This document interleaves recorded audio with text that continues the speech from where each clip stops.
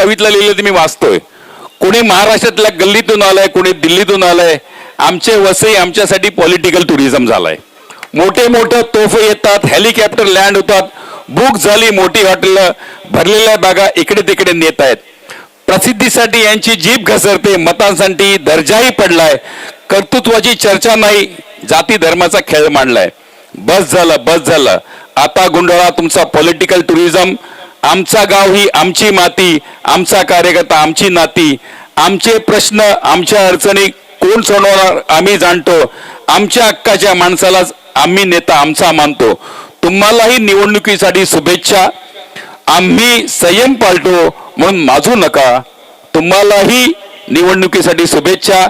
आम्ही संयम पाळतो म्हणून माजू नका. भविष्यात एखादं काम निघालं तर आप्पाकडे यायला लाजू नका. हे माझ्या मित्रांनी लिहिलेली कविता आहे.